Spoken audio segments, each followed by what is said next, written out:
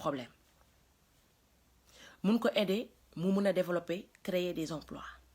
mais je me demande où sont les experts comptables sénégalais, où sont les financiers sénégalais parce que dëkk lu ko mën a soxal lu ko mën a yëkkati état fan lay jëlee xaalis ci impôts yi nit yi di fay ci taxes yi ñuy fay ci amende yi ñuy fay ci la état di jëlee xaalis ak ci TVA bi ainsi de suite tey am na ñuy fay impôt on paye les gens ils payent beaucoup d'impôts parce que ku fa am entreprise la naan maa ngi fay impôt di fay impôt maa ngi bëgg a dee ndax impôt bi mooy ni muy yokkee ceeb bi ak dawlin bi noonu lay yokkee impôts yi mais qui paye les impôts au final parce que bu fekkee ne on paye des impôts et que moom entrée d'argent déjà le problème qui se pose avec les emplois fictifs mooy dañuy déclarer par exemple am na 10 000 fonctionnaires te fekk 5 000 fonctionnaires ñoo am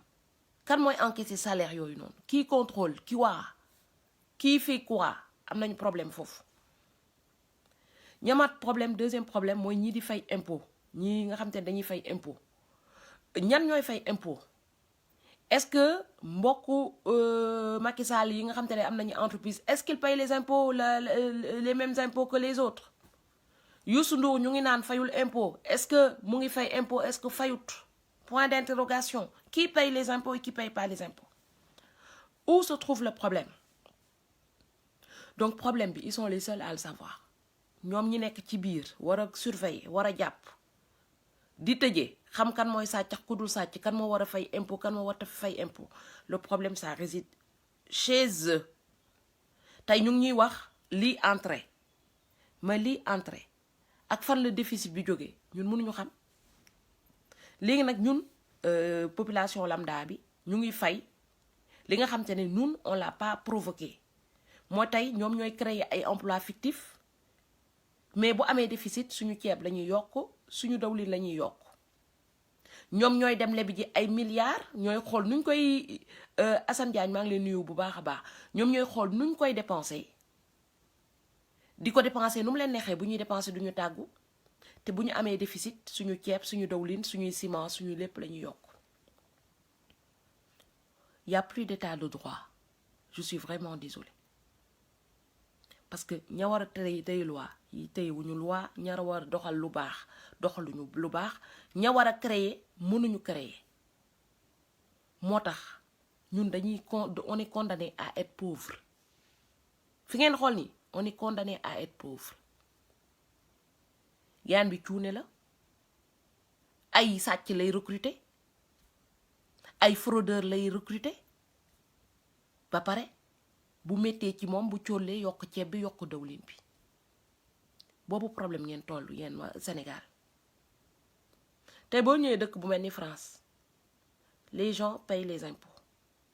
emploi fictif fu mu am dañ koy dénoncer Fillon mu ngi nii dafa am emploi fictif dafa woccoon jabaram mu doon toog ci kër ga di ko jox salaire emploi fictif mu ngi koy wuyu jusqu'à présent fii France amul ndayu Fillon dafa liggéey ndax ministre la woon que bu ji jabaram toogee ca dëkk kër ga amul salaire am salaire te que c'est pas normal ñoom dañ koy dénoncer ah ñoom il dénonce amul ndayama liggéey Fillon la parce que ministre la woon lu ko neex lay defan fii tout est réglementé lépp tubaab bi ñu naan dañuy nax xam nga lu tax mu ñuy nax parce que ñun ñu nekk ci kaw ñun ñoo mën a yónni ka nga xamante ne matut xam nga ku matut rek la ñuy nax ka ñu yónni matut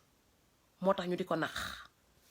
mooy bu ñuy dem di tànn président de la république dañu war a xool koo xamante ne tey jii un homme avec un H koo xamante ne boo ko yónnee la nga ko yónnee loolu lay doxal non pas boo ko yónnee xel bi du màcc ba tubaab bi day jaar ci xelam tey na maa ngi woo ñëpp sénégalais yëpp je vous appelle parce que faut pas ngeen di compter ci ñii pour am développement le mot développement vous oubliez tant que vous êtes avec eux doo leen mos a am développement je vous appelle fonds baa ngi nii c'est un fonds pour les sénégalais fonds boo xam te ne Tata Yolande maa leen nuyu bu baax a baax Guillaume yéen ñëpp maa leen di nuyu ñu dugg voilà ñi may nuyu yëpp maa ngi leen di nuyu Galamane Aziz Badji sama jaamu Joola boobu noonu Ibrahima Diallo sama jaamu Alpulaar donc tey bu ñu bëggee développer il faut qu'on compte sur nos propres moyens l'État vous oubliez parce que État bu nga xamante ne dafa am ay emploi fictif mënu sax régler emploi fictif yi kooku mënul régler seen problème état bi nga xamantene dafa ñëw lepp ay milliards tout juste avant élection yi après élection yi mu ne leen amatul dara où sont partis les milliards kooku mënul régler suñu problème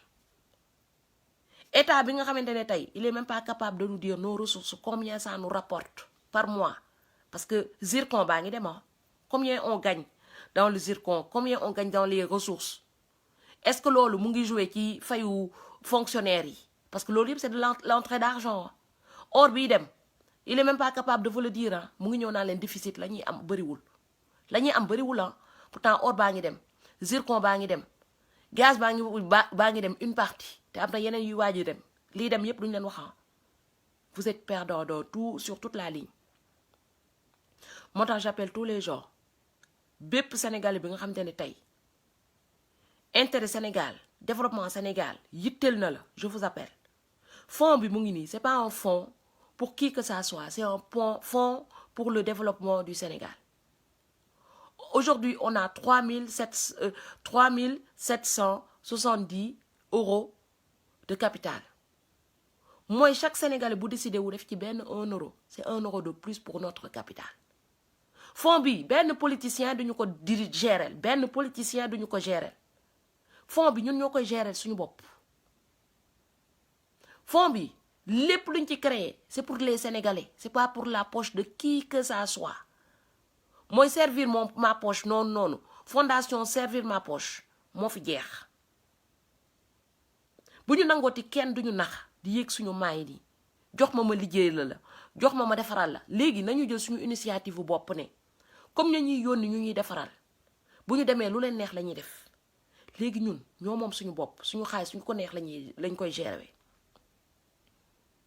1000 milliards yi nga xam te ne moom la ñuy yónnee chaque an buñ ko jëloon rek def ko ci benn compte bu subaa mun naa wax ne nasaraan si dañuy respecté parce que dina xam ne am nañu 1000 milliards yu taxaw parce qu'à savoir que farine buy dem di lebi ji ay 1000 milliards lay leban ay 500 milliards lay leban c'est des milliards qui l'empruntent et que ñun ñii mën nañu liggéey milliards yooyu noonu est-ce que mënuñu ko conserver de telle sorte que au lieu muy demati tubaab bi di ko nax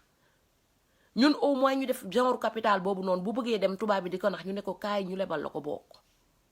parce que foog naa ne li ko tubaab bi di naxee ñun buñ ko naxewee dina des ci dëkk bi.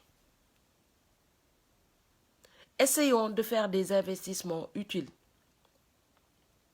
Arrêtons d'entretenir la misère des Sénégalais. Tay ceeb bi yokku na boo leen continuer à ce stade là saay bu yokkoo yéen Macky Sall ngeen di nourriral parce que li yokku noonu li yokku ci ceeb bi une bonne partie des bénéfices vont où? Au service des multinationales. Tuuti as comp la ñuy jël mooy des ñu fay ci quelques fonctionnaires te bu ñu leen fayee weer bi bu weer bi di ñëwee leen ne fay ba jeex na parce que ñoom ils se servent d'abord. Pendant que mu ngi leen di ne dëkk bi am na déficit frère am boobu noonu mbaam première communion moom amul déficit de ndax mu ngi takk mu ngi rangalay jabar kon amul déficit mu ngi rangalay kër amul déficit moom pendant que mu ngi leen di ne dëkk bi am na déficit lëg Marème bu bëggee dem màkk amul déficit moom am na lu muy jëndee kérosène pour dem màkk bu bëggee dem États-Unis am na lu muy jëndee pour dem États-Unis dëkk bi am na déficit de mais doomam boobu noonu mbaamu deuxième communion moom du manqué déficit de carburant ñoom am nañu seen dëkk bi am na déficit de mais seen doom yi am nañ garde corps plusieurs garde corps yi leen di garder foofu amul déficit xam nga fan la amee déficit pour payer les fonctionnaires pour payer les étudiants foofu am na déficit dëkk bi am na déficit mais ministre bi moom salaire am amul déficit ambassadeur bi mu ngi jot salaire am ambassadeur bi day jot salaire am ba jabaram bi nga xam te ne du def dara amuluñ benn yitte moom am na salaire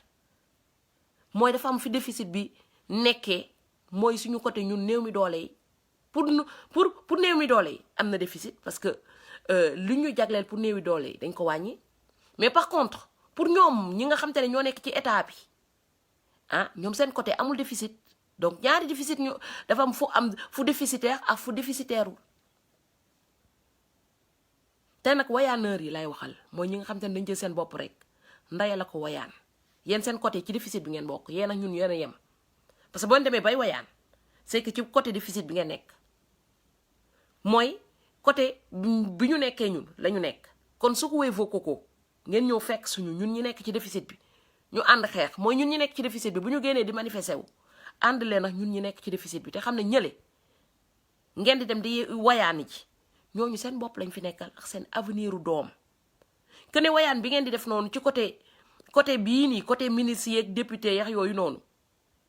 vous approvisez vos enfants vous les approvisez donc instant bi balaa ngeen di ni ñu koy waxate balaa ngeen di ndóolloo seeni doom ñëw leen fekk suñu ñun ñu xeex parce que am na yenn wayaaneur yoo xam te ne pour ñoom ndeysaan ñun ay dof lañu dañu nekk fii di kebetu foog naa problème bi nga xam te ne moom la Farine wax soxlawul sax nga jàng école pour comprendre du fan la déficit bi jóge soxlawul sax nga jàng école tey liñ leen di naxee yépp waaw kii benn financier moo ko bind PSE bi benn financier moo ko joxe mais financier boobu noonu ba mu ko joxee lan lañ def ca PSE ba ban avantage la amal population bi ban avancement la am PSE boobu noonu xam nga PSE wu lan la pour augmenter le nombre de mbindaan c'est tout ña nekk ca kaw ñoo ciy profito feesal seen poche ba mu bëgg a dee bu ñu amee quelques sukk ñu jox leen benn petit poste pour ñu mën a élection yi di ñëw ñu mën leen a dem voter tey tubaab yi trouvé nañ seen benn marionnette parce que chaque jour ñoom dañu soxla marionnette tant que ñun on se laisse faire entretenu par des marionnettes dinañu mës a avancer donc je vous invite yéen ñëpp sénégalais yi ñëpp ñi nga xam te ne tey développement au Sénégal da leen yitteel dites-vous bien que bépp nit bu ci def 1 euro bépp nit bu ci def 1 euro capitalu sénégalais yi c'est le vrai capitalu sénégalais yi moo nekk fonds pour le développement du Sénégal parce que lii mooy lu ñu moomal suñu bopp te état mënu ci dara kenn mënu ci dara ça dépend de nous bu ñu bëggee mu yokku bu ñu bëggee mu développé wu buñ ko respecté def ko ci anam biñ ko war a defee c'est-à-dire ñu jël ko def ko comme suñu propre investissement parce que nit ki boo investir sa propre xaalis doo def en sorte que mu daanu boo déggee ngay def en sorte mu daanu mooy sa xaalis da cee nekkut mooy non seulement da ngeen ci war a def seen dërëm mais aussi da ngeen war a toog intéressé wu ci projet bii nga xam te ne moom lañ bëgg a établir tey ñëpp dinañ ma ne maam transfert d'argent man pourquoi j'ai choisi le transfert d'argent parce que transfert d'argent dafa mel ni comme genre courtier mooy sa commission rek ngay jël y a pas d'investissement boo xamante ne à part site ba ngay ubbi amul investissement boo xamante ne bëri na pour nga mën a perte tout le temps nekkul marchandise booy jënd ngay perte non commission la te commission amul perte ça veut dire que tubaab yi nga xamante ne tey ñoom ñoo mettre en place ce système de transfert d'argent là 0 perte lañ ci am 0 perte parce que képp ku ñu liggéeyal da lay fay képp ku ñu yóbbul sa xaalis da lay fay képp ku la yóbbul sa xaalis da lay fay donc système boo xamante ne la tey buñ ko récupérer ñun moomal ko suñu bopp tous les bénéfices vont nous revenir 0 perte nekkul ay jënd jaayaat parce que jënd jaayaat sax marchandise bi mën na nëpp mais c'est pour vous dire que ne ñëpp ñi nga xamante ne tey jël nañ seen xaalis def ko sur le fonds de développement bii nii amuñ ci 0 perte benn investissement la ñu am au départ ak caution bi ñuy joxe BCEAO te caution bi ñuy joxe BCEAO c'est une caution bés bu ñu arrêté entreprise bi mooy caution boobu dañ koy récupérer c'est à nous du xaalis booy dépenser à part logiciel yi site ak site internet bi ñuy créer y a pas beaucoup de dépenses bu ñu neexee ñu bañ a am sax ay employés yoo xam te ne dañ leen di fay aussi sur la commission ce qui fait que ne ñun amuñu benn perte boo xam te ne am nañ ko ci tey nag duñ la ne entreprise a ngi nii mun nga ko créer te nga am doo ci am benn perte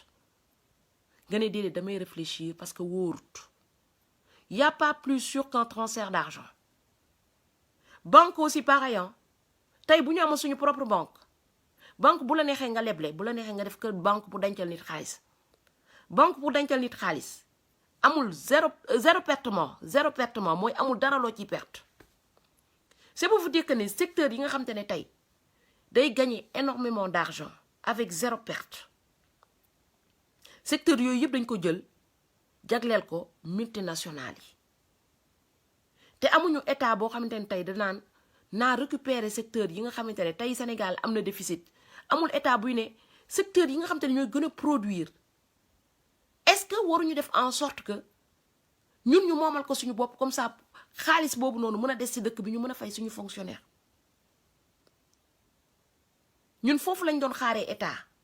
mooy lépp lu gën a mën a joxe xaalis tey nee na liy secteur privé bi du produire lu bëri mais secteur bi gën a produire mu nekk agroalimentaire mu nekk lépp lu nga xamante ne boutique la tey état xam na ne loolu mooy gën a produire comme moom duy produire lu bëri lu tax mënu ko ubbil boppam comme ça les bénéfices lui reviennent muy bàyyi Auchan ñëw di ko def c'est de même que les moyens de transport autoroute bi nga xamante ne tey mun na joxe xaalis bu bëri parce que nit yi dañuy fay péage autoroute boobu noonu waruñu ko woon jox Eiffage parce que secteur yoo xamante ne mun na rapporter état la lu tax muy dem di lebi ci te ñu mënal ko suñu bopp c'est pour vous dire que ne fépp fi nga xamante ne tey day joxe xaalis boo xamante ne moo mën a développer Sénégal dañ ko jël jox ko nasaraan si dara toogul ci dëkk bi moo tax foofu la ñuy woowee bépp sénégalais tey sénégalais yi bu ñu taxawoon taxaw bu dëgër Eiffage fii mu moomee autoroute mu naax ne fond bi bu ñu ko amoon depuis longtemps Eiffage fu mu ñuy tabaxalee autoroute ñun waroon nañu mën a tabaxal suñu bopp autoroute comme ça péage bi ça nous revient mais c'est pas trop tard hein? Parce que dëkk bu mel ni Sénégal il est appelé à avoir beaucoup plus d'autoroutes tey lan mun nañu dem sax plus loin dem ba à un moment tabaxal suñu bopp suñu beneen autoroute boo xamante ne c'est parallèle à Eiffage bu Eiffage di demander 3000 francs ñu dem defi ji beneen autoroute boo xamante ne ku ci jaar 500 francs ngay fay wala 200 francs et que le bénéfice revienne au peuple sénégalais ça peut aller très vite tey il faut que ñu réfléchir en sorte que ñu mën a tënk suñu économie dëkk nga xamante ne lépp lu ñu wax ne Sénégal moo ko moom ça appartient aux Sénégalais et que les bénéfices appartiennent aux Sénégalais tey bu ñu xëy na dañ ne am nañu dimbale benn entreprise u Sénégalais mais bu fekkente ne entreprise yi benn personne moo ko moom benn personne rek lay jëriñ mooy kooku buy liggéey boppam lay liggéeyal doomam njabootam mais man secteur bi ma leen di woo mooy ñu dem secteur coopérative ñu dem en bloc il faut y aller en bloc tey bu ñu bëggee gagner il faut qu'on y aille en bloc bu ñu fracturé wu bu ñu gisee ne suñu morom initié na benn initiative dañuy ñëw teg ci suñu pierre non seulement xam nga yokk suñuy idée pour que idée bi affaire bi mën a taxaw jëmale Sénégal kanam mais bu fekkee dañuy fracturé wu kenn def na lii ñu ñëw jël bool table teg ci kanamam di jaay la même chose keneen la même chose di nga Occident yi loolu la ñu comprendre dañu xam ne nous on n'est pas encore prêt à travailler en communauté di dox ci benn say di avancer ensemble di mettre des pierres ensemble dañu xam ne loolu ñun on n'est pas encore prêt parce que bu ñu waxee ñu ne fii Sénégal la mais ñoom nuñ ko defee ba tekki ñun buñ ko defee mun nañu tekki il faut que Sénégalais ñu jàng dem ci benn say ci benn wax ci benn kàddu même bu fekkente ne nit kay dem sax am na erreur yu mu def nga ñëw ci wetam sax ne ko yow de demal ci bii chemin voilà mais on ira ensemble on cheminera ensemble loolu rek moo leen fi mën a génnee tey chaque instant que vous restez dans vos coins en train de réfléchir à 1 euro bi maam de bu ko jëlee mu ngi ñuy triander au même moment multinationales yi chaque mois ñu ngi leen di jël ci ay transfert d'argent plus de 5 euros 10 euros ñenn ñi 100 euros par mois di defar seen dëkk di avancer ñoom seen dëkk yi am na talent pourquoi parce que ñun ñoo accepter nourrir leen ba pare bu ñu paree ne leen dañoo noot bu ñuy dem di yóbbante suñu xaalis dans les moyens de transfert qui existent actuellement bu ñuy dem di fa yóbbante suñu xaalis du Macron moo ñuy xoj nañu dem leen yóbbu ñun ñooy tànn dem yóbbu mooy ñooy jël suñu initiative ne ñoo leen di nourrir ñun ñooy jël suñu initiative ne ñun 10 euros yi dañ ko jagleel transfert d'argent bi pour mu yóbbul ñu suñu xaalis Sénégal bu ñuy jël suñu xaalis di ko yóbbu seeni banque du Macron mooy ñëw xoj ñu de ñun ñooy dem yóbbu foofu suñu xaalis jox leen ko mooy c'est un choix qu'on se donne nous-mêmes pour se faire torturer pour que Sénégal mën a continuer di ñàkk développé ci sous-développement bi mu nekkee ñun boobu am nañu choix on a le choix de ne pas y aller mais ñun ñoo choisir ne ñun ñooy dem Auchan mu ngi fi tey ñun ñoo choisir ne Auchan la ñuy dem duggee ji tey sax am na ñuy défendre Auchan ne ñun Auchan la ñuy défendre pourtant de Macky Sall toog na semaine dernière ne ñoom dañu am déficit état bi amul assez d'argent Auchan exonéré de charge yow boo amulee assez d'argent da ngay ne entreprise yi ñëw leen mais vous payez vos charges tey ceeb boo leen ko convertir Auchan la gën a chéré que fii Nutella bi Auchan la gën a chéré Auchan Sénégal la gën a chéré que Auchan France le maximum te pourtant seen salaire yéen li ñu leen di fay par mois moo gën a tuuti moi je préfère tey bu ñu ma ne woon ñëwal nekk directeur u Auchan France ak directeur u Auchan Sénégal Auchan wu Sénégal lay dem parce que Auchan wu Sénégal li muy génnee bénéfice par an moo ëpp Auchan France li muy génnee bénéfice par an ndax lan parce que nit yi bëgguñu développement dañu am complexe nit ku weex ni Farine amee complexe nit ku weex population bi une bonne partie noonu la ñu amee complexe nit ku weex te pourtant dañ leen di indi lan ay produits avariés yoo xam te ne sax ñu ko fay tubaab bi sax ñu ko jaay tubaab bi fu mu gën a bonee fa lañ leen koy jaayee parce que xam nañ ne yéen da ngeen am ci complexe lan parce que nee nañu Auchan la tubaab moo ko moom tubaab moo nekk ci kawam tubaab boobu noonu seen xeet bu ñuul bi il en a rien à foutre chinois bi ngeen di jël ubbil ko porte ouverte président Chine bu génnee ngeen génn ci mbedd bi di ko tàccu seen mbokku chinois yi seen mbokku africains yi bu ñu demee Chine rawat na mbokku sénégalais sañuñu sax génn ci mbedd bi nag ñu ngi tàccu nañu mooy chinois yi rey nañ leen marocains yi nekk à 2 pas bu ñu ñëwee Sénégal porte ouverte terrain bu ñu bëgg a jënd ñu ne leen am jël leen dem leen Maroc ngeen foog ne leen di sénégalais am na makka ba ne maa ngi fay dem ubbi ji hypermarché pour conquérir marché marocain balaa maa dee rek ñu naan c'est nos amis dans les affaires y a pas d'amis Farine dans les affaires y a pas d'amis le jour que ngay comprendre ne dans les affaires y a pas d'amis jour boobu di nga développé wu di nga macaroni bi nga naan sama copain kooku du copain wax yow masama Donald Trump sa copain wu lax moom masama yow mais comme xam na ne Donald Trump dafa yeewu pays développé la nekk di nga bu ñëwee fii ay yot yu baax lañ koy yóbbu par journée ay milliards lañ koy tegal muy lekk tegal ko ay caviar ak lépp yow boo ci amee benn petit filet de dorade sax santal yàlla boo ko seetsee nga naan c'est bon copain c'est pas ton copain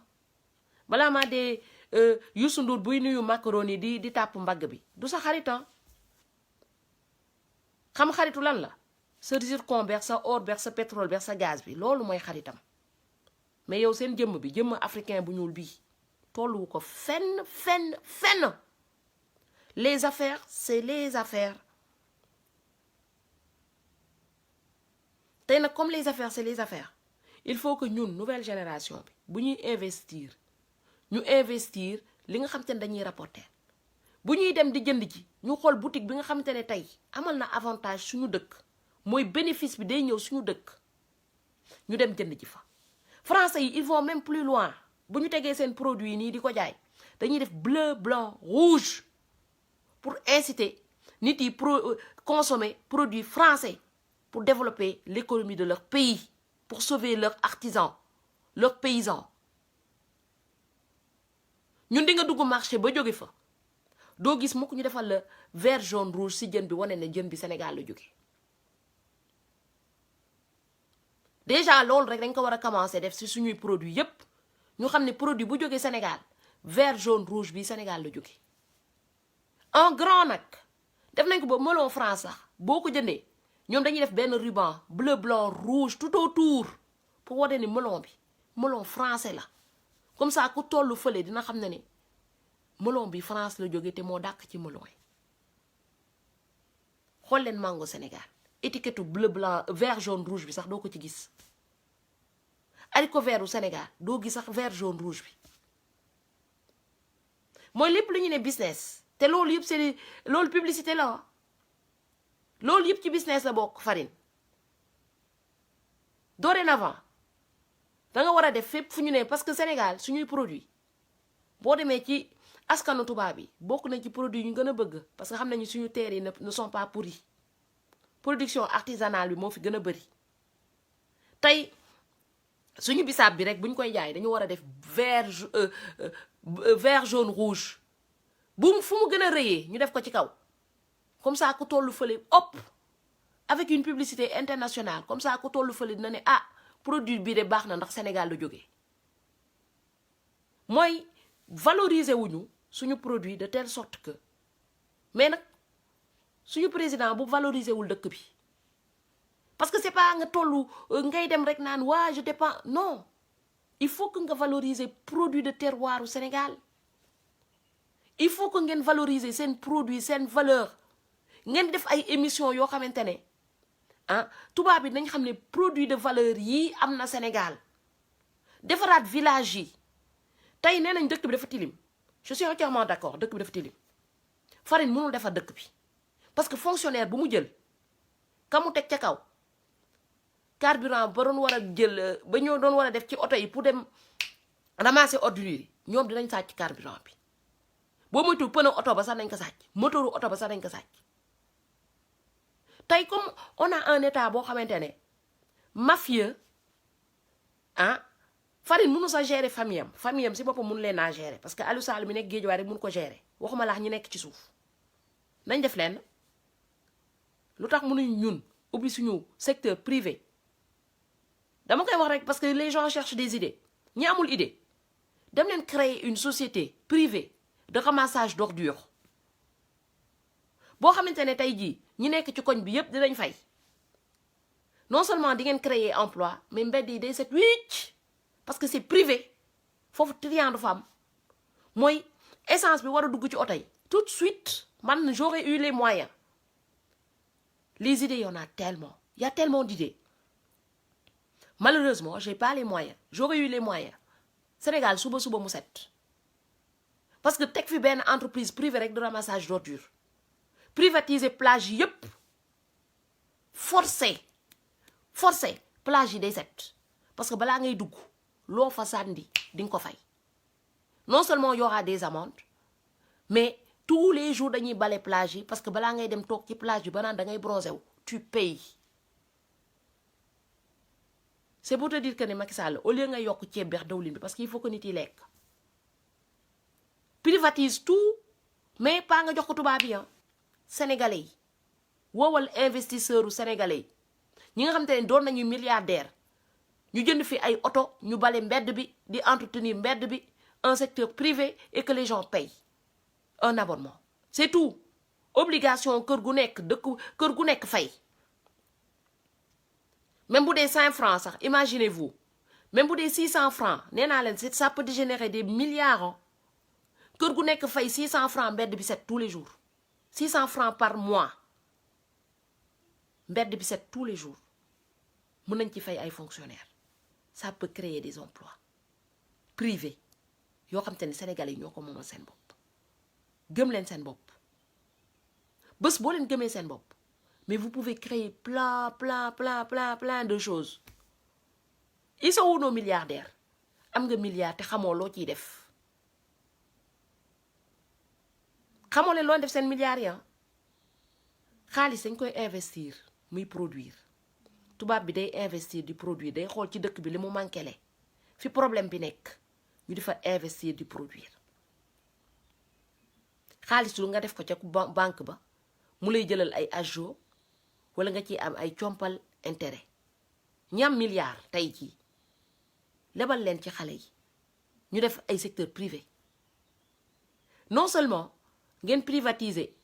lii di ramasser ordures yi mais en plus nit yi dañuy fay non seulement koñ yi dinañu fay plage yi ku bëgg a dem toog bronzé wu 5 minutes tu payes comme ça suñu plage yëpp dina set wicc Sénégal mel ni Miami tubaab bi dina ñëw vacances tey boo leen gisee franc am ci développement Sénégal ci tourisme bi tilim ba nekk ci dëkk ba la te pourtant tilim boobu noonu mun nañ ko régler tilim boobu mun nañ ko régler jël oto mbalit yi rek farine bu fekkente ne public bi ay voleur ñoo fa bëri ak détournement d'argent jëlal oto mbalit yooyu noonu woowal benn secteur privé mu gérer ko tout de suite dina jaar yoon léppay jaar yoon parce que employé boo xamante ne bu ko wóoree ne bu deful liggéey bi na mu ko war a defee ñu dàq ko te dëkk bi métti na dina liggéey forcé mais comme secteur public bi ñëpp ay piston lañu piston boo jëlee sa mbokk fal ko bu sàccee doo ci wax parce que sa mbokk la boo jëlee sa nijaay fal ko bu sàccee doo ci wax parce que sa nijaay la moo tax secteur privé bi public bi du bouger mètre te defoo leen ouverture secteur privé bi pour nga xam te ne domaine bi nga xam te ne ñun mën nañu avancer loo mun na tax ñu développer on peut se développer waxuma kenn bul dem bale mbedd bi ku bëgg a bale na bale mais mënoo bale tous les jours non farine sarax ñu ngir yàlla ñun suñu rêve mooy Sénégal set wicc Sénégal développé on sait ce qui se passe ailleurs boo mënut nga ba parce que tu nous retardes am na plein de jeunes yoo xamante ne tey ils sont capables ubbil leen yoon bi rek ñu jàll ngeen def ouverture d'esprit tey maa ngi wax rek privatiser non seulement da ngeen di privatiser mais en même temps ngeen yokk déchetterie yi vous pouvez augmenter les déchetteries normalement koñ bu nekk dafa war a am déchetterie lépp warut a dem Mbëbës Géejawaay dafa war a am déchetterie am Pikine am déchetterie am Dakar Plateau am déchetterie am fépp dafa war a am déchetterie am avec des machines qui les trient ñaata nit la déchetterie yooyu yëpp mënoon embaucher tey tri boobu non seulement dina leen fay mais en même temps koñ bi amende yi dinañ leen fay parce que ku sàndeeti ci mbedd bi dañuy def ay caméra ku sàndeeti amende bi fekk ji la sa biir kër boo bañee fay amende bi le lendemain yaay bale mbedd bi ba mu set wicc c'est tout tu payes ou tu balayes mbedd bi day set wicc ñii di sànni ci mbedd bi billaay ñu maa leen mënoon a adressé en une fraction de seconde dina set sànni nga caméra la ñuy teg soit tu payes soit tu balayes c'est tout nit ki bu ko wóoree ne bu sàndee mbuus dañ koy fekk ji ci këram ne ko kaay bale wala nga ramasser tegal ko vidéo bi billaay dootu sàndeeti mais tant que l'État ne fait pas son travail ñu bëgg a imposer le peuple du patriotisme boo xamante ne amul fenn parce que ñi leen war a accompagner pour que le pays soit propre c'est pas fait infrastructure yi nga xamante ne moom la ñu waroon mettre en place muy poubelles yi chaque koñ mu am des milliers des centaines de poubelles nga xamante ne foo gestu poubelle la nga fa nga jël sànni nit yi bu leen waroon ne poubelle mu ngi chaque bout de rue du ñu sànni ci mbedd bi poubelle yooyu noonu mu am ku koy ramasser tout le temps secteur privé ku balewul ñu remettre la à ta place man je suis entièrement d'accord bàyyi leen di naan sénégalais dañu salte kan moo bëgg dëkk ci salte ku sañoon set sénégalais yi ngeen gis nii bu ñu sañoon Sénégal mel ni France bu ñu sañoon Sénégal day briller comme France mais bu fekkente ne mbalit yi bariwuñu nga war a génn dem def ji entretien nga lekk sa banaana doo ko wàcc ci sac bi muy nëb bay takkal këyit ya nga waroon yóbbu ci entretien bi nga wër koñ bi yëpp gisoo mbalit léegi dañ la naan nga téye ko lépp loo lekk loo naan nga téye ko boo lekkee sandwich nga téye ko sac bi xeeñ lekk soyez raisonnable mettez en place des systèmes yoo xamante ne boo leen mënulee ngeen privatiser ko pas ngeen privatiser ko jox ko tubaab bi de ngeen xool sénégalais yi nga xamante ne tey jii am nañu moyen ñu créer fii y a des entreprises privées yoo xamante ne ñoom ñooy def ménage entreprise privée yoo xamante ne tubaab bi ñoo ko moom lu dul nettoyer nettoyer rek moo nekk seen liggéey nettoyer mbedd bi. Casse am na sax ay casse privé casse yoo xam te ne ñooñu foofu rek la ñuy nekk casse privé mu nekk ay tubaab ñoo ko moom ay français. da ngeen di ñëw ci dëkk tubaab yi doo xool ni tubaab yi di dundee ngeen koy defan non non que le mauvais côté tubaab yi tere nañu burka man damay tere burka am na colis suspect France damay indi colis suspect te loolu ngeen di def noonu ay tere ay burka ay colis suspect tubaab bi bu ñu xamee ne foofu déjà dëkk bi dafa tilim boo leen ci yokkee ay terroristes ñu ngi waaj a ñëw ngeen foog ne nañ ñëwati dañuy gën a ndóol. mooy faux débat yi ñuy def nii tubaab bi di ñu déglu ñoom balaa ñuy ñëw di boppam dañ leen di annoncé dëkk bi lan moo fa am bu ñu dégg ne waa dëkk bi ñu ngi commencé di chamaillé wu ndax burka ak colis suspect ñoom beneen destination la ñu wutan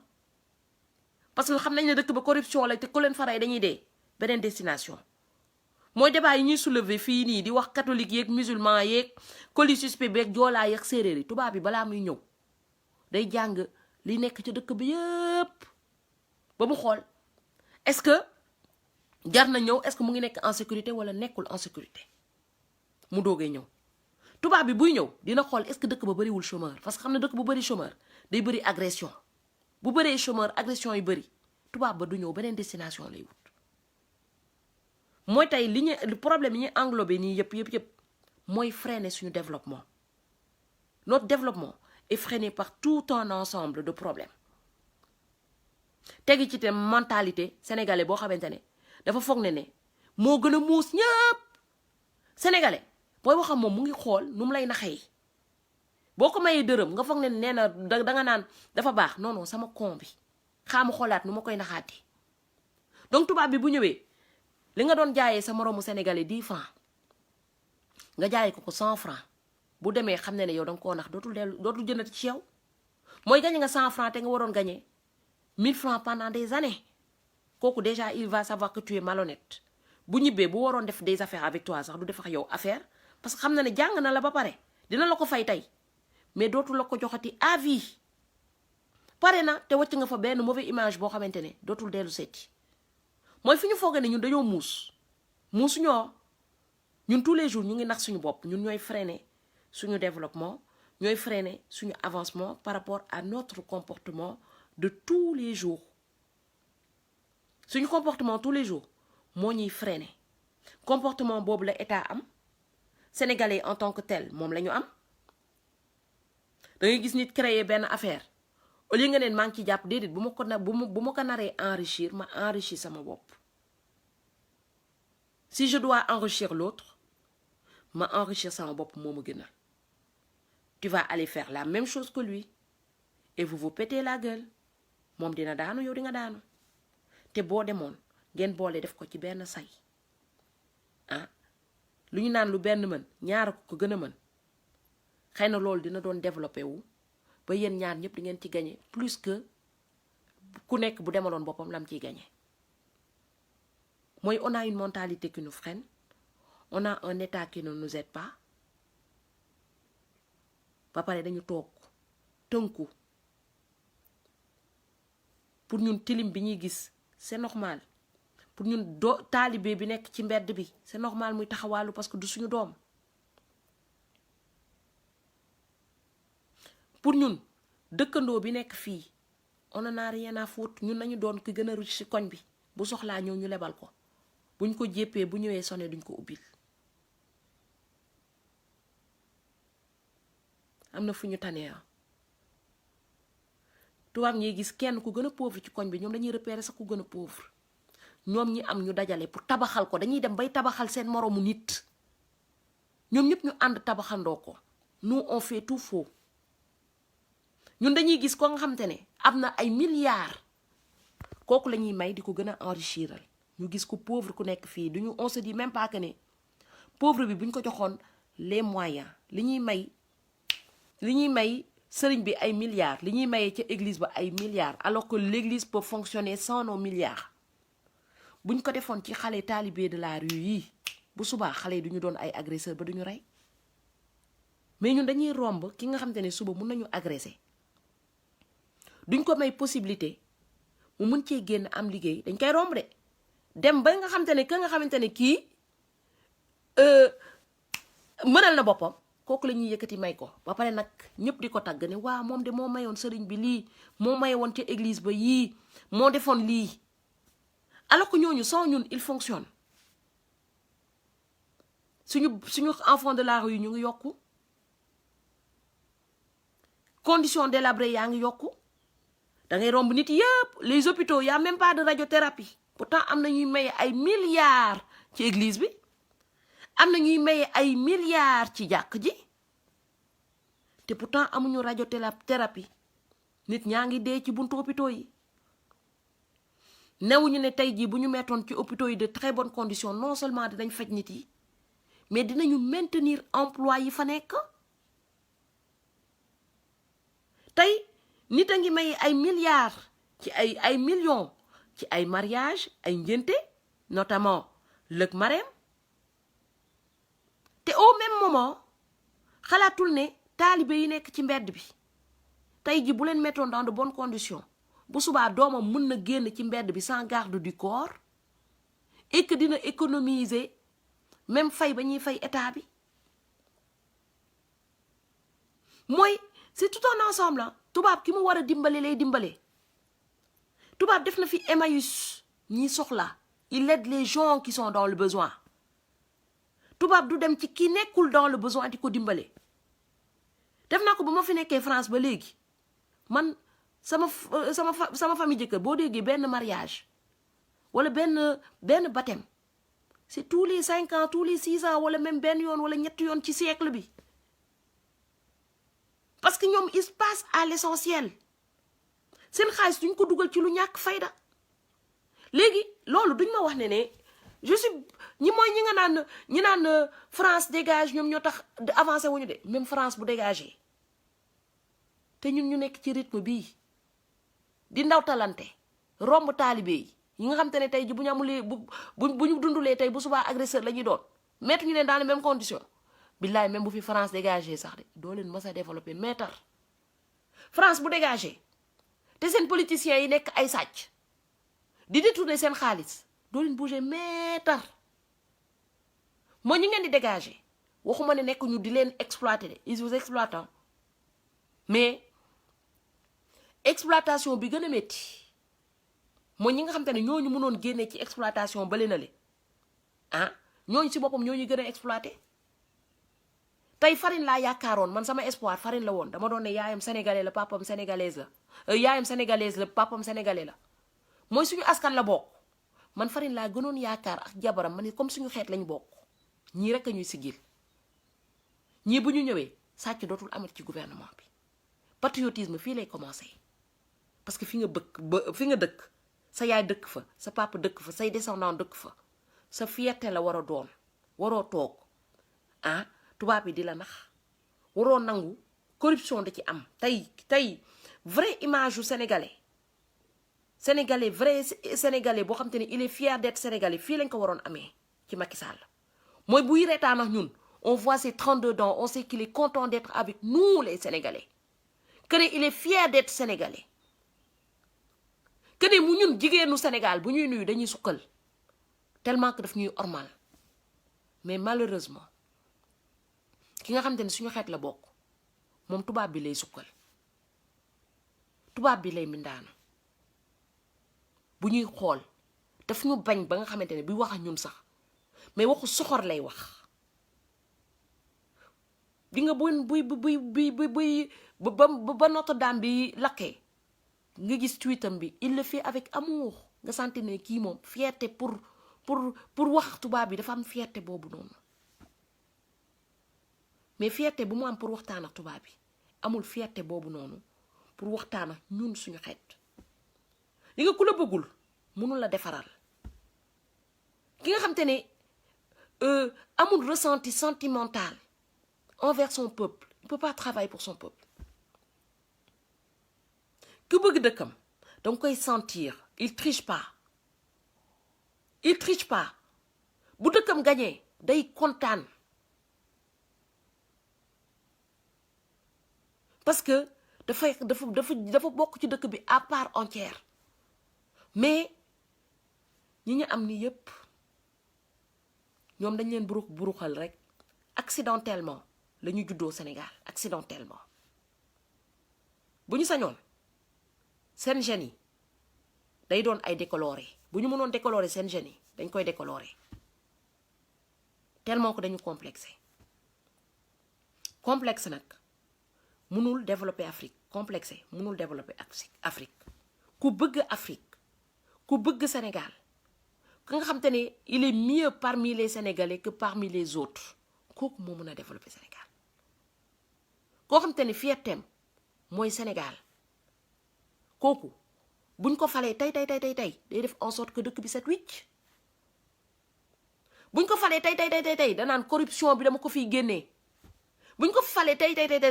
danaan lekk bu bon du dugg ci biir dëkk bi parce que bëgguma sama xeet feebar kooku mooy président bu bëgg Sénégal kooku la ñu war a dem rechercher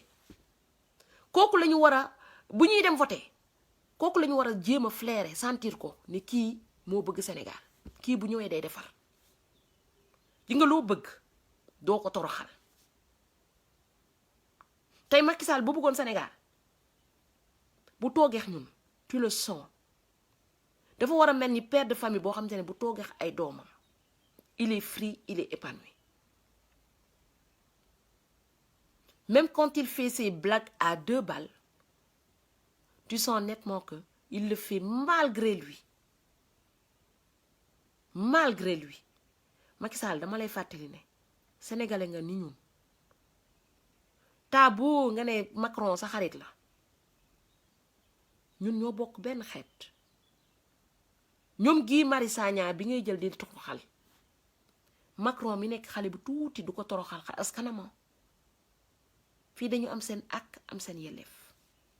ku génn di manifester te tojoo gaañoo kenn du la ne ràpp tëj la ci kaso bi di la torturer ñi ngay torturer nii sa xeet lañu ñi ngay torturer nii peut-être en 2012 ils avaient voté pour toi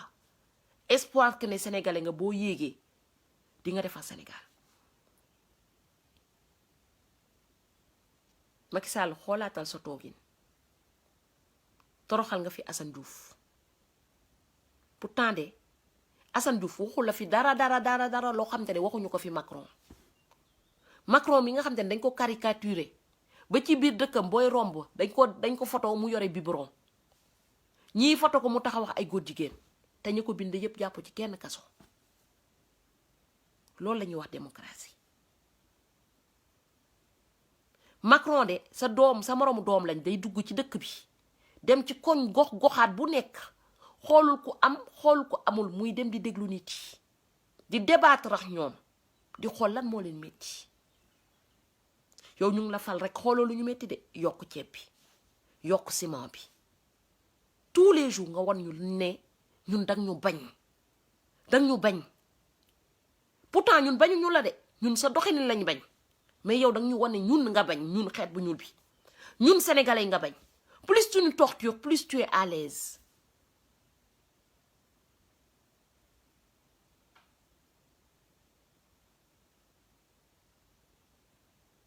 Marème Faye Sall tey boo leen toogee bay lambari ci palais bi ba am fitul di lëmbal yàlla ñun la ñun ñi ngeen bañ nii duñu toroxal ñun ñoo tax ba ngeen yegsi fi ngeen yegsi sans nous vous n'êtes rien sans les Sénégalais vous n'êtes rien du tout nit ki nag bu la tegee ci benn place parce que dafa amoon ci yow yaakaar am na ñoo xam te ne yaakaar boobu la ñu am ba ñu naan non mayaat leen deuxième mandat boo leen mayee deuxième mandat dinañu liggéey ñu may leen deuxième mandat rek tem ngeen yokk ceeb bi yokk diwlin bi fasal leen kanam mel ni ne du ñooñu ngeen doon baratine y a quelques mois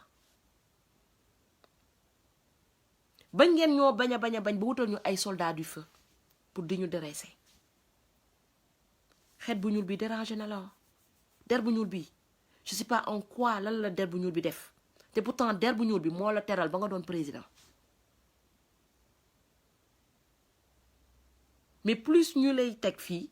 plus ñuy nekk ñu ne dañ ko fi wàcc muy liggéey nee nañ sàcc na garaawul nañ ko fi teg garaawul mais plus ngeen ko fi teg plus mu ñu war na ni bëgguñu daf ñuy bañ daf ñuy toroxal. Il n'est pas là pour honorer, il n'est pas là pour créer, il est là pour détruire le pays.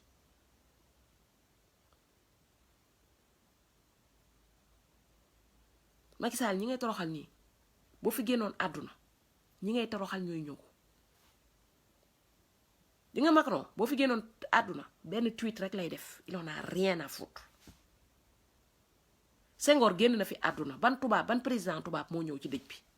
Qui est venu wax leen ma kan moo ñëw. Tellement ils en ont rien à foutre. di nga ñi ngay dem naan seen copain lañu Youssou Ndour mooy ne Macron xaritam la tey bu fi génnoon àdduna Macron bu amee tweetu Macron sax na sant yàlla. Ils en ont rien à foutre de vous. ñi ngeen di toroxal nii tey ñoom ñooy nekk ci seen dëj ñii ñoo leen di robi moo tax ku génn sa ànd boo yéeg mu toj. yéen a ngi daw di rawale di dem ci dëkk yooyu noonu mais fii bu sëree ji nga bés boo leen nekkatulee ci gouvernement bi yéen ak maam yéen a yem ñun ak yéen ñoo yem. kon il est jamais trop tard hein? Il est jamais trop tard pour se développer. Il suffit tout juste ngeen teg Sénégal comme seen kër sa kër boo ko amee doo ko yàq doo ko toj danga koy defar. Il suffit tout juste ngeen teg seen xel ne defar Sénégal da ngeen di honorer seen yaay seen pap seen nijaay seen maamaati maam ba ñu xam ne yéen seen sant ba ngeen jógee ay gor ngeen. mooy defar Sénégal defar seen bopp la bokk defar seen askan la bokk. defar Sénégal tey Macky Sall dina tax nga honorer say doom. tey boo déggee yenn président africain yépp ñu leen di honorer di leen defal ay cérémonie ndax lan lañ fi waccoon lañ fi tabaxoon lañ fi defaroon nañu toogee woon ak seen peuple ak amour bañ doon liggéeyale seen dëkk moo tax bañ leen defal ay monument moo tax bañ leen di fàttaliku. Il n'est jamais trop tard hein? Il n'est jamais trop tard pour changer. Il suffit tout juste ngeen toog def seen benn petite prise de conscience xam ne alal bii ngeen di jël da ci tabax ay milliards da ci tabax ay kër un peu partout tey xamoo leen sax ndax kër yooyu ndax da ngeen ci fanaan xamoo leen sax ndax da ngeen ci tedd xamoo leen sax ndax di ngeen yeewu moo tax li ngeen war a defar pensez au présent man les gens parlent du futur le présent mooy li ngay defar tey jii moo gën a am importance li ñuy wax tey jii moo gën a am importance tey yéen a ngi prévoir li nga xam te ne wóoru sax da ngeen ko fekke kon tey liggéey leen fi tey loo xam te ne tey boo leen fi génnee dinañ leen ko xoolee. Arrêtez d'être égoïste, méchant avec ce peuple. Il ne le mérite pas. Donc, je vous appelle. Vous tous, je vous encore. L'ITCHI, nous mettre en place pour le développement du Sénégal. Il est temps que nous, Sénégalais, nous disions, as tout aimé, contribuer pour le développement du Sénégal. C'est un fonds pour les Sénégalais. C'est un fonds des Sénégalais pour le développement du Sénégal. Tay Chibi, je suis la seule responsable. Li ci am man la.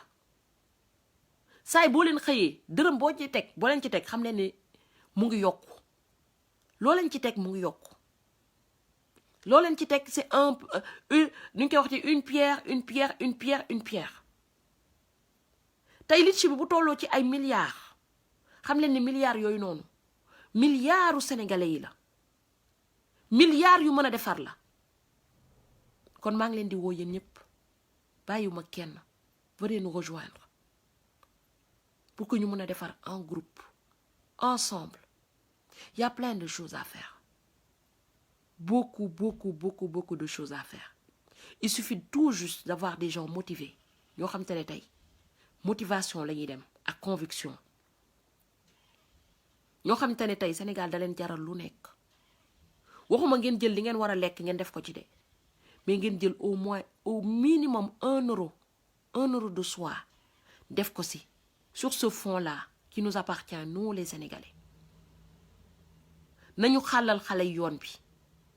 qu'on crée des emplois tey bu ñuy xëy bu ñuy yend bu ñuy def yëpp c'est créer xool secteur yi nga xam te ne tey mun na apporter avec pas beaucoup d'investissement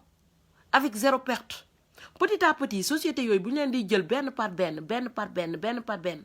nañ dem ba moomal suñu bopp suñu dëkk suñu économie dëkk nañ ko moomal suñu bopp géral ko suñu bopp de telle sorte que tubaab bi bu ñëwee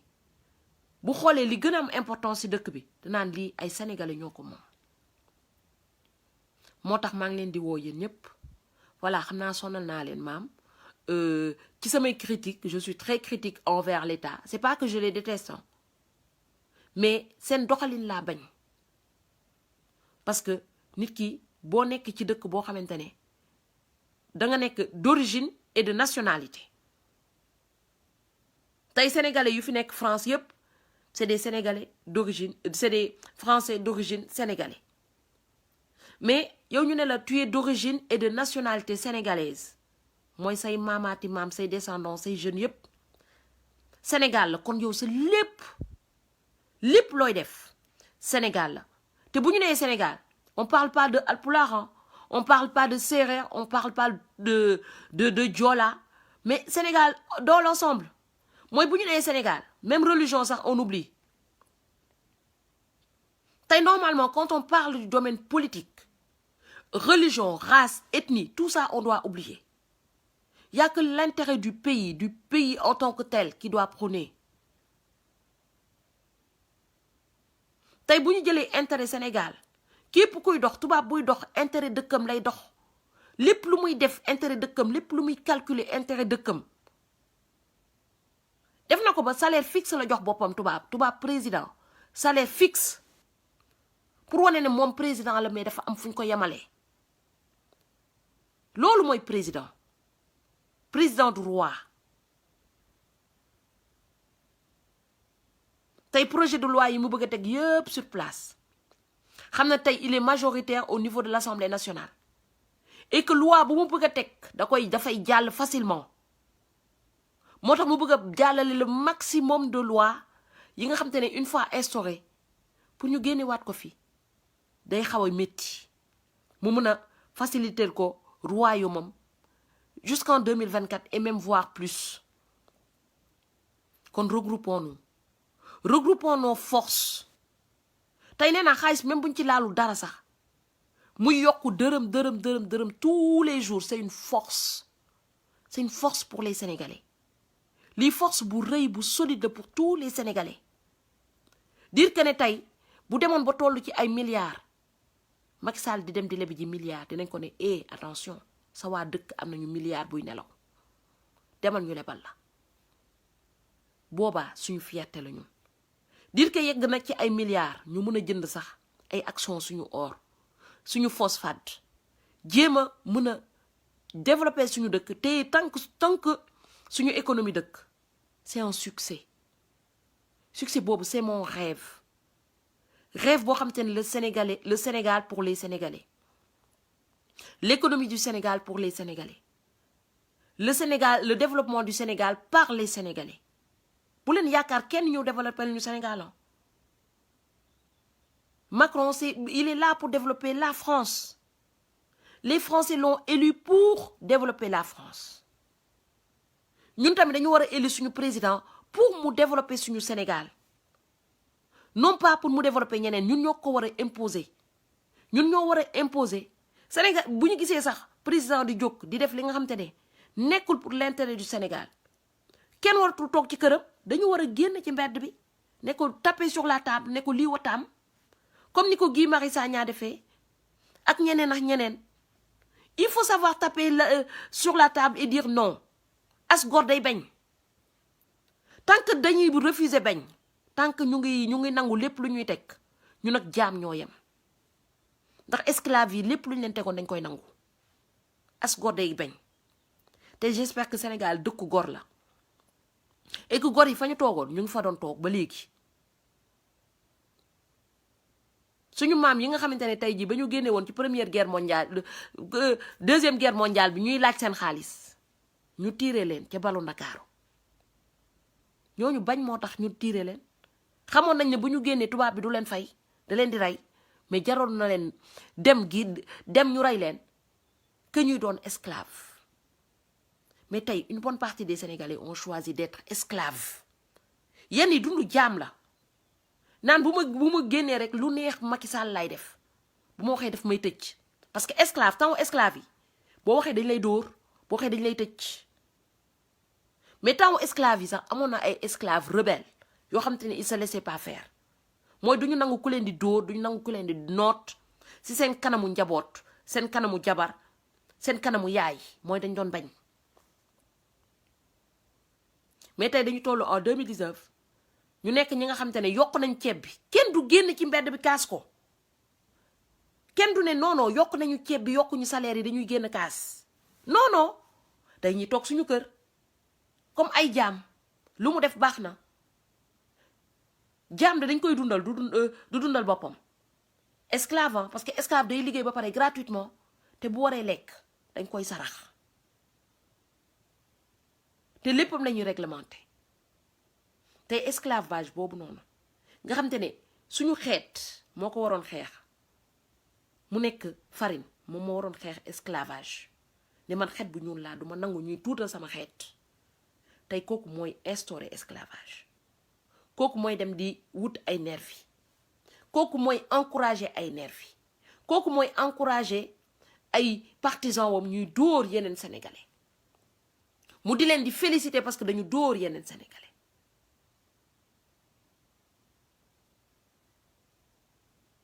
l'esclavage est aboli ñu ñëwaat encore ci Youssou Ndour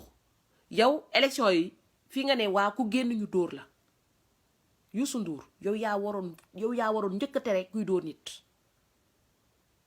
ndaxte tey yow da nga judd ci race géño boo xamante ne dañu naan géwél nga xam lan mooy discrimination tu sais ce que c'est que la discrimination tey bu ñu yegsee en 2019 nga naan ku génn ku bokkul ci yéen ku génn kaas ñu dóor ko yow Youssou Ndour nga war a xoolaat sa toogin moo tax tu demanderas pardon mais on te pardonnera jamais parce que ñu toll en 2019 nga gis Macky Sall di jël suñu xaalis pendant les élections di ko sànni nga gis les marrons du feu ñu génn yow nga ne ku génn ñu dóor la bu doon guerre moo ko def sax ñu mun a wax mais yow nga jóge ci géwél nga xam te ne ñun dañuy xeex naan waa géwél ak ku dul géwél dañu war a sëy ñuy xeex lan mooy discrimination ñuy bañ discrimination raciale ñuy bañ discrimination ethnique pour que tout le monde soit au même pied d'égalité yow buñ tolloo ci élection boo doon nitu yàlla boo doon nit pire boo doon gor deretu gor di jot daw sa yaram yow yaa war a wax Macky Sall fii kenn du fi dóor kenn ñii suñuy xeet lañu dañu toog waxtaan ak ñoom ñu xool lan mooy jëmale kanam Sénégal loolu moo waroon nekk sa kàddu non pas ku fi génn ñu dóor la moo tax ces paroles vont te coûter très très cher ñun duñ la doodee dóoru yàlla ngay am lu ñu naan la fin justifie les moyens te yaa ngi lekk yaa ngi naan t'as tout, t'as tes maisons, t'as tout ñépp nee nañ tu as réussi mais la fin justifie les moyens dañu xool mucc bi ngay am mucc moo gën a am importance ci àdduna moo tax nit buy dund na ñaan toujours mucc bu rafet tey di ngeen fi gis nit ku feebar bu métti accident bu métti malheureux bu métti nit ku fi liggéey alal bu dul jeex balaa muy dee alalam sax du ko mën a faj ndax feebar ba koy rey alal du ko faj moo tax moytul ma ñi lay jañ ne la sa ndey moo liggéey sa baay moo liggéey sa nijaay moo liggéey ku liggéey bu baax bu wàccee liggéey mooy bu génnee àdduna la ñuy xam ndaxam liggéey na bu baax wala liggéeyul bu baax moo tax ñun catholique yi kuy dund duñ ko wax wàlliw ndaxte on suppose que ne nit xam nga kañ lañ koy juger wàlliw mooy bu génnee àdduna ñi fiy toog di la jay yëpp ne la yaa baax parce que yaa ngi ndawtal parce que tey ku am ndawtal ñu ne la yaa baax bés bu ndawtal bi jeexee mooy bés bu yàlla téye ndawtal téye sa tànk téye sa loxo téye sa bët téye sa lépp mënatoo bouger bu boobaa nañ xool ndax xam la nga liggéeyoon yëpp est-ce qu'au final ça t'a servi ou ça t'a pas servi. J'espère que nag boo toogee di nga def prise de conscience. Man je te le dis parce que en 2012 bi nga bëggee présenté wu man j'étais même pour bokkoon naa ci ñi la gën a bëgg dama doon ne Youssou Ndour sax mën na doon président de la République Sénégal. C'est quoi les diplômes dañ la gëmoon fekkee ma ci boole dañ ci gisoon suñu bopp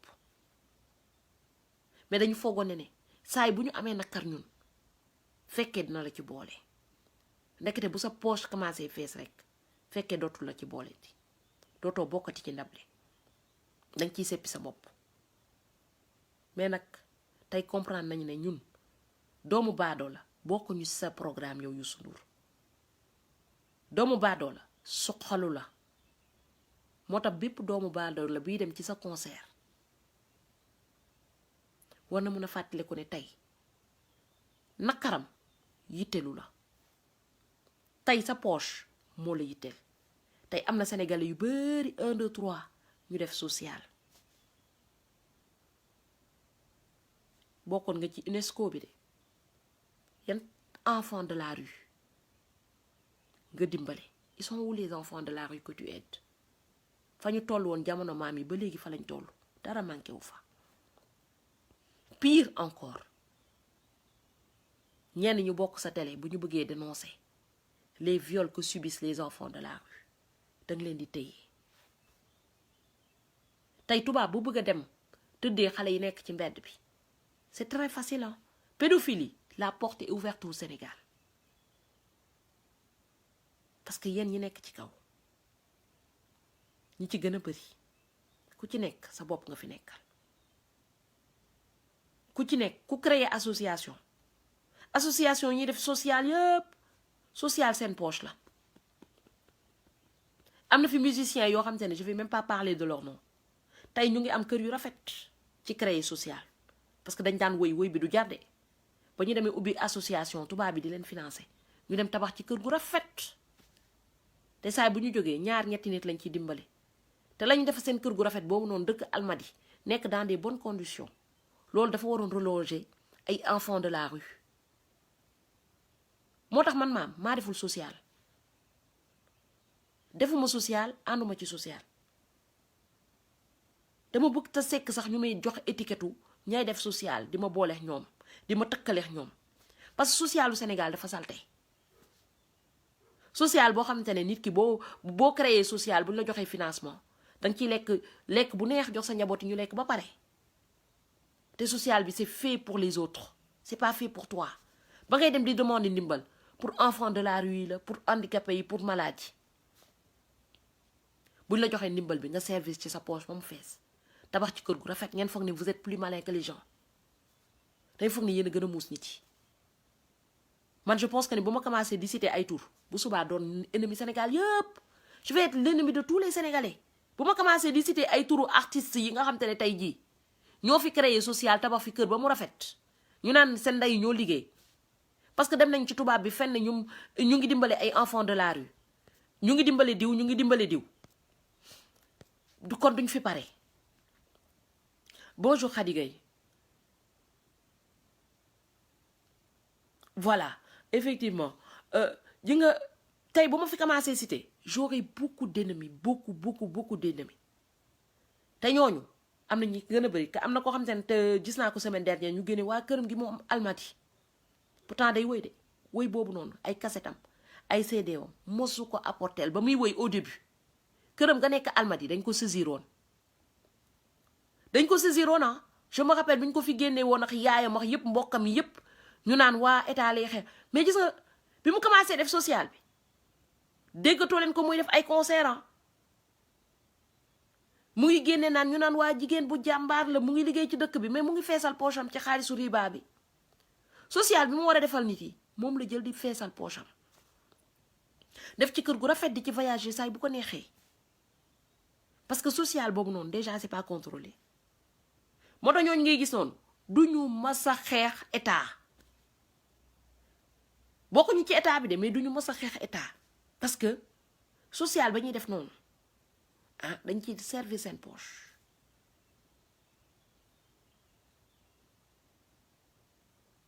ñoom ñëpp dañu xam système bi ils connaissent le système moo tax ba ma déggee waa Pastef ñu naan il faut qu'on tue le système il faut tuer le système est pourri tey nañ ne waa il y a des gens qui ont été faits par le système mais tu es obligé nga dem jàngi école par chance nga ciy réussir Sonko bi ngeen gis nii c'est par chance comptez le nombre de Sonko qui ont réussi au Sénégal il y en a pas beaucoup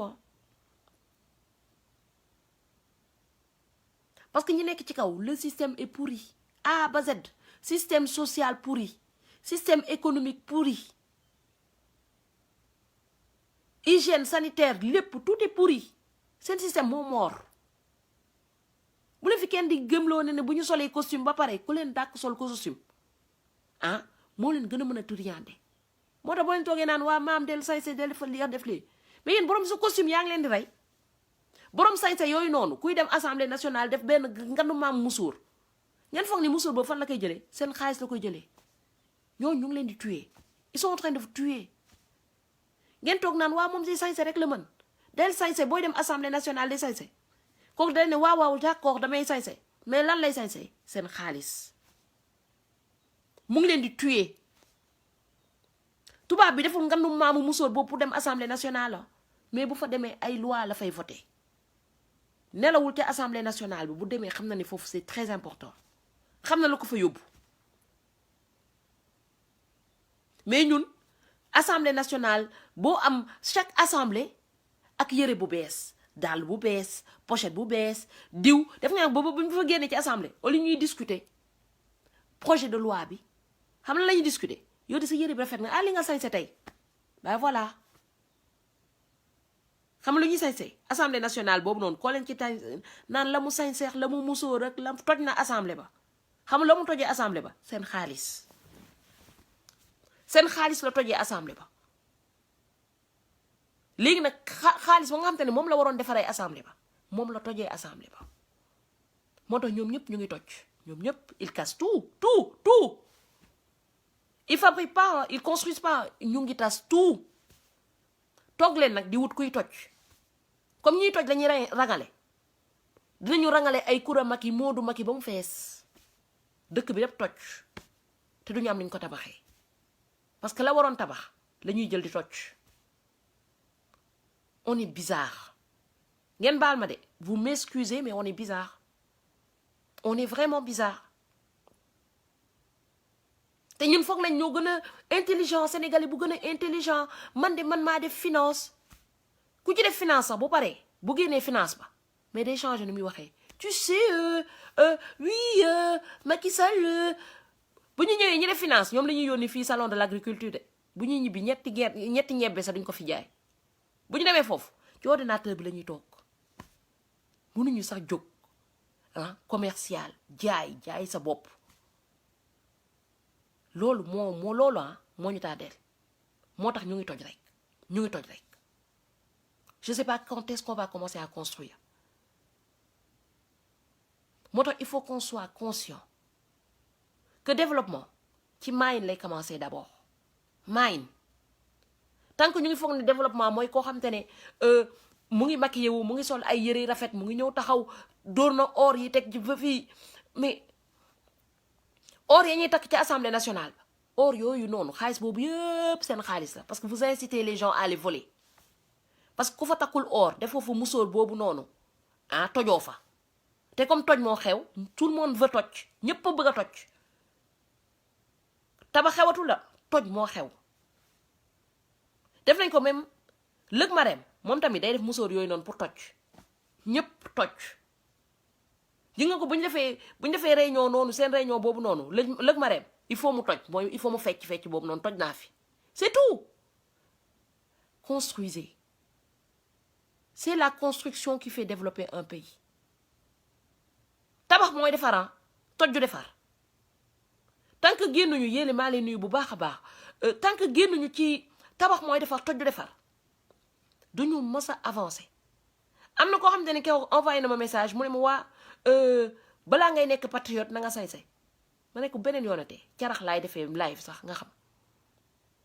parce que ñoom pour ñoom sañse bi yëre bi mooy tabax def nañ ko bu le vrai travailleur képp kuy liggéey di ñaq ah day sol tenue de travail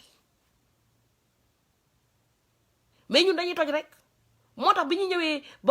banque mondiale di leb si ndeysaan man dama foog ne booy leb si sax ngay sol ay yëre tilim ñoo xam ne yow ca ndóol ba nga jógee yëre yi moo de quoi moo tax toj nañ fi ay costume la ñu indi pour leb toj nañ fi ah maire yi def ay musóor yooyu noonu ñu indi ay tam-tam toj rek toj vous avez tout cassé maa ngi leen di nuyu di leen sant di leen gërëm yéen ñëpp yéen li ñëpp ñu dugg ci live bi maa ngi leen di nuyu bu baax a baax Pape Sagna sama jaamu